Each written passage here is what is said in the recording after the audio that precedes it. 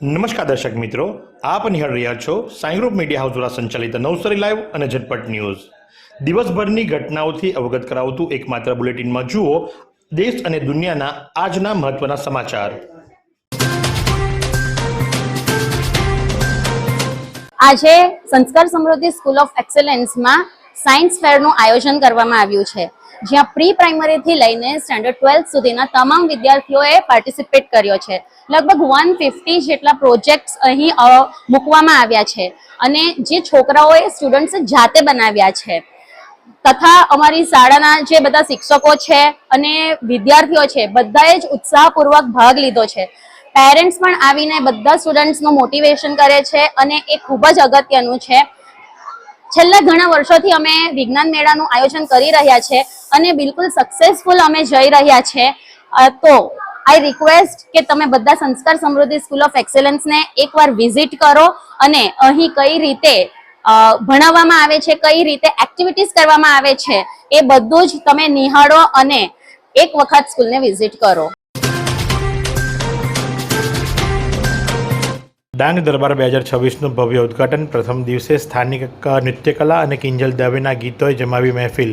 જિલ્લા વહીવટીતંત્ર ડાંગ અને ગુજરાત પ્રવાસન નિગમ લિમિટેડના સહયોગથી આયોજિત ઐતિહાસિક ડાંગ દરબાર 2026નું રંગેચંગે ઉદ્ઘાટન કરવામાં આવ્યું હતું. આ વર્ષે 26 ફેબ્રુઆરીથી 3 માર્ચ સુધી ચાલનાર આ મેળામાં પ્રથમ દિવસે રાત્રે રંગ ઉપવન આહવા ખાતે અદ્ભુત સાંસ્કૃતિક કાર્યક્રમનું આયોજન કરવામાં આવ્યું હતું. પ્રથમ દિવસની રાત્રિએ સ્થાનિક ડાંગી આદિવાસી કલાકારો તેમજ અન્ય પ્રતિષ્ઠિત કલાકારો દ્વારા વિવિધ પ્રાંતો અને પ્રદેશોના નૃત્ય રજૂ કરવામાં આવ્યા હતા, જેઓએ પ્રેક્ષકોને મંત્રમુગ્ધ કરી દીધા હતા. ત્યારબાદ લોકપ્રિય ગુજરાતી ગાયિકા કિંજલ દવે દ્વારા ગુજરાતી ગીતોને ગરબાની રમઝટ બોલાવવામાં આવી હતી,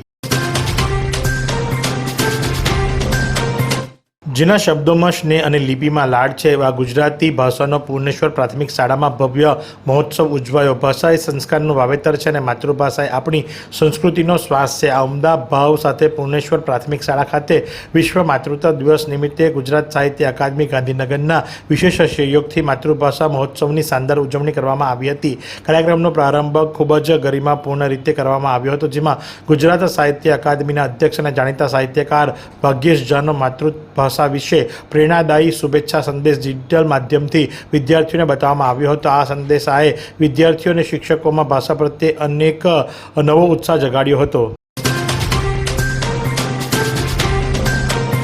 નવસારી એલસીબી ટીમે કુલ્લે 2,55,480નો દારૂ તો 2 આરોપી સાથે 6,30,480ના મુદ્દા માલને ઝડપી પાડ્યો છે. પ્રોહિબિશનના ગુનાને ડામવા માટે ખાસ કરીને એલસીબી ટીમે જ્યારે કમર કસી છે, ત્યારે આરોપીઓની અંદર હિરેન હિતેશભાઈ રમેશભાઈ નાયકા કે જે માત્ર 18 વર્ષ ને 2 મહિનાનો જ છે અને પલસાણા પારડીનો રહેવાસી છે, તો સાથે જતીન રમણભાઈ છનાભાઈ નાયકા કે જે 25 વર્ષીય છે. આ પ્રમાણે લબ્બર મૂછિયાઓ જે ખરા એ પણ હવે બુટલેગરો બની ચૂક્યા છે અને ખેપ મારવાની શરૂઆત કરી દીધી છે. તો આ બેને ઝડપી પાડવામાં આવે છે. તો સાથે જ આયુષ પટેલ કે જે કમલઠાનો છે એને વોન્ટેડ જાહેર કરવામાં આવ્યો છે. માતૃભાષા એ સંસ્કારોની જનની છે. સમુદા ફળિયા પ્રાથમિક શાળામાં માતૃભાષા મહોત્સવને રસાસ્વાદ બનાવતા ભૂલકાઓ. શબ્દો જ્યારે હૃદયના ભાવ બને છે ત્યારે ભાષા બને છે અને એ ભાષા જ્યારે માતાના હાલરડા બને છે ત્યારે એ માતૃભાષા બને છે. આ જ ગરિમાને ઉજાગર કરવા માટે ગુજરાત સાહિત્ય અકાદમી ગાંધીનગર અને આકાશ કિડ્સ ક્લબના સંયુક્ત ઉપક્રમે નવસારીની સમોદિયા ફળિયા પ્રાથમિક શાળા ખાતે માતૃભાષા મહોત્સવની અંતરભર્ય ભાવસભર અને રંગે ચગમડે ઉજવણી કરવામાં આવી હતી. કાર્યક્રમનો પ્રારંભ મંગલદીપ પ્રાગટ્ય દ્વારા કરવામાં આવ્યો હતો, જેણે સમગ્ર વાતાવરણને સ્વાતિકતાથી ભરી દીધું હતું. શાળાના આચાર્ય સોનલ ટંડેલ દ્વારા આત્મીય સ્વાગત પ્રવચન આપવામાં આવ્યું હતું.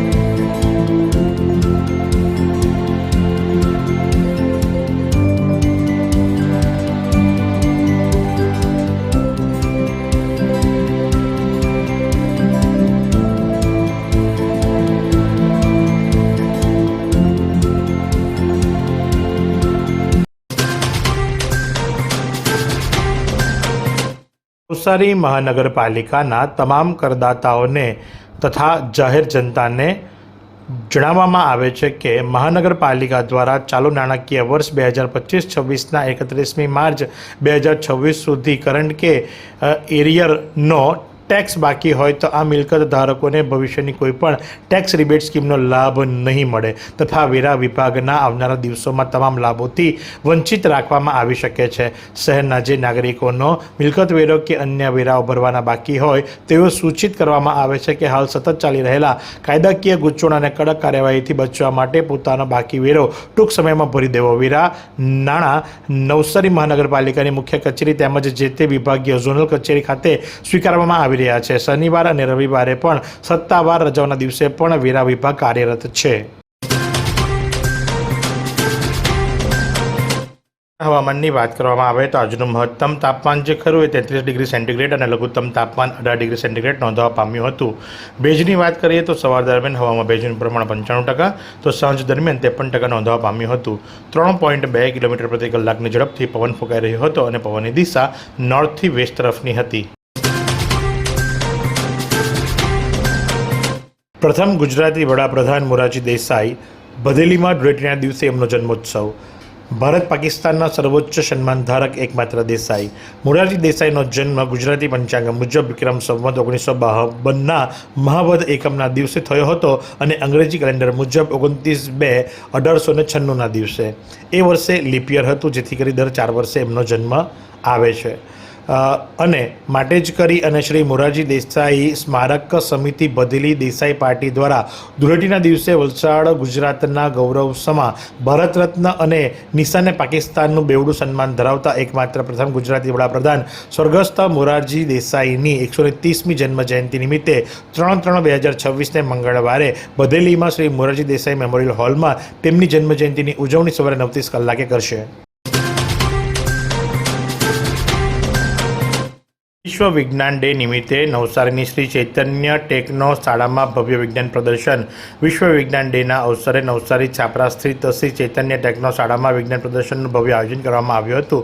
આ પ્રદર્શનમાં વિદ્યાર્થીઓ ઉત્સાહભેર ભાગ લઈ 50થી વધુ વૈજ્ઞાનિક પ્રોજેક્ટો રજૂ કર્યા હતા. આ પ્રદર્શનનો મુખ્ય વિષય બદલાતા પર્યાવરણ અને ટકાઉ વિકાસ રહ્યો હતો. વિદ્યાર્થીઓએ વર્તમાન સમયમાં વધી રહેલા પર્યાવરણ પ્રદૂષણ, ગ્લોબલ વોર્મિંગ અને જળ સંકટ જેવા ગંભીર મુદ્દાઓને ધ્યાનમાં રાખી વિવિધ મોડેલો અને પ્રોજેક્ટો તૈયાર કર્યા હતા.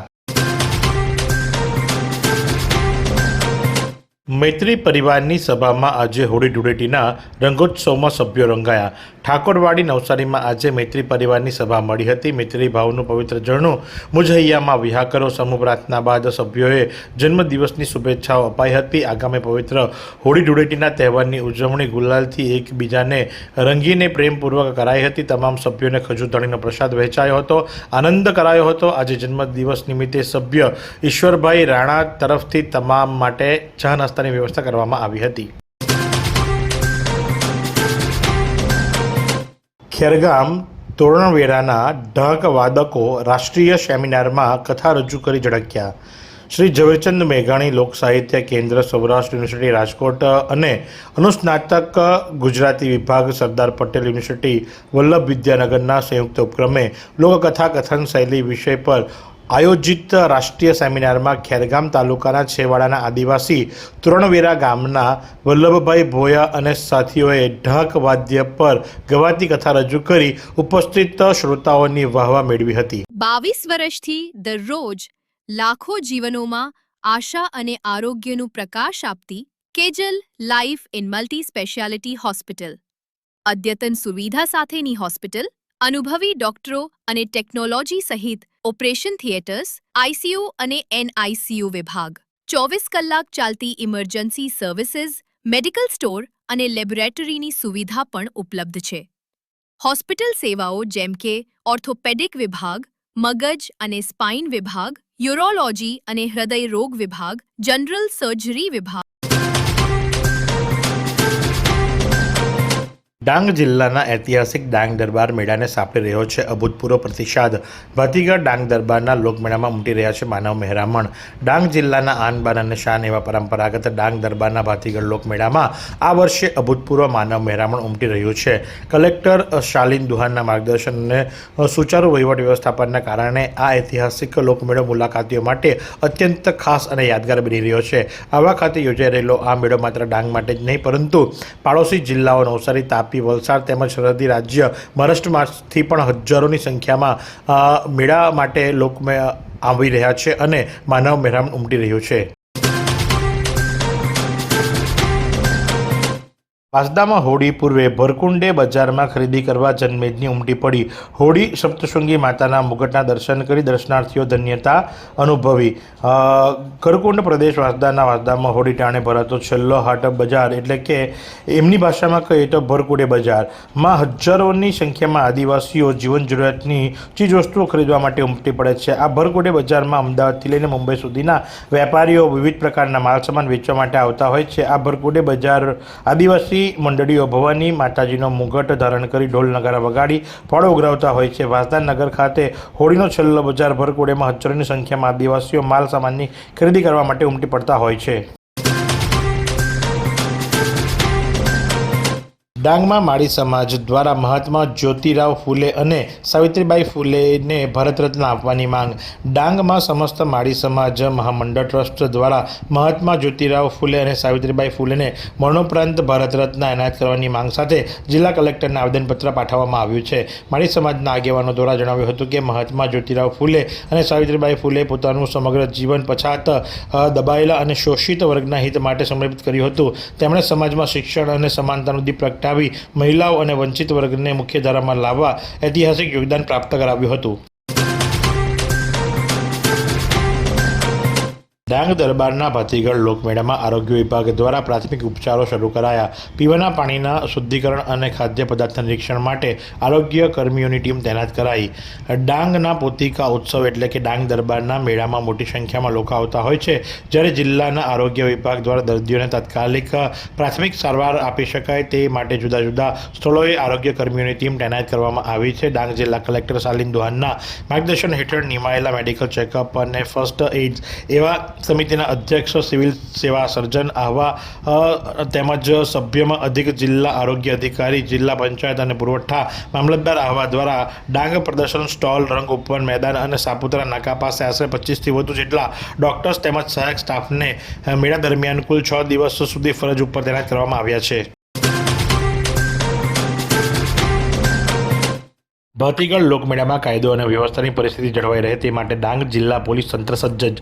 કાયદો અને વ્યવસ્થાની પરિસ્થિતિ જળવાય તે માટે મેળામાં 170થી વધુ સુરક્ષા કર્મીઓ તૈનાત કરાયા. ડાંગ જિલ્લા વહીવટીતંત્ર તથા ગુજરાત પ્રવાસન નિગમ દ્વારા 26/2/2026 થી 3/3/2026 દરમિયાન ડાંગ જિલ્લાના મુખ્ય મથક આહવા ખાતે ભાતીગળ લોક મેળા ડાંગ દરબાર 2026નું આયોજન કરવામાં આવ્યું છે. ડાંગ દરબાર મેળા પ્રસંગે મોટી સંખ્યામાં લોકો આવતા હોય છે અને આ મેળાનું સુચારુ સંચાલન થઈ શકે એ માટે ડાંગ જિલ્લા કલેક્ટરના માર્ગદર્શન હેઠળ જિલ્લા વહીવટીતંત્રની વિવિધ સમિતિઓ બનાવી અધિકારીઓ અને વિભાગની જવાબદારી સોંપવામાં આવી છે. નવસારી રૂરલ પોલીસ સ્ટેશનના છેતરપિંડીના ગુનામાં છેલ્લા 3 વર્ષથી નાસ્તા ફરતા આરોપીને નેત્રંગ ખાતેથી ઝડપી પાડવામાં આવ્યો છે. નવસારી એસઓજી ટીમે નેત્રંગ ખાતેથી એને ઝડપી પાડ્યો છે. એટલું જ નહીં, આરોપી જે ખરો એ પોતાનું નામ બદલી અને રહેતો હતો, પણ પાક્કી બાતમીના આધારે નિલેશ ઉર્ફે રાજુભાઈ કરશનભાઈ ગુજરાતી, જે હાલ નેત્રંગ હાઈસ્કૂલ 3 રસ્તા પાસે નવી વસાહતમાં રહેતો હતો અને મૂળ રહેવાસી જે ખરો એ ગારિયાધરા ભાવનગરનો અને નવસારી રૂરલની અંદર એણે છેતરપિંડી કરી હતી અને તે છેતરપિંડી આચર્યા બાદ 3 વર્ષથી નાસ્તો ફરતો હતો. આખરે એસઓજીએ એને ઝડપી પાડ્યો છે અને જેલના સળિયા પાછળ નાખી દીધો છે. એવી કઈ હોસ્પિટલ છે જ્યાં કેન્સર માટે સર્જરીની સેવા હોય, કીમોથેરાપીની સારવાર હોય, રેડિયેશનની સારવાર હોય, પીટી સીટી સ્કેન હોય, કેન્સરની પેથોલોજી હોય, મેમોગ્રાફી હોય, એટલે કે બધું જ. હા, બધી જ સારવાર એક જ હોસ્પિટલમાં હોય. તે છે નવસારી નિરાલી કેન્સર હોસ્પિટલ.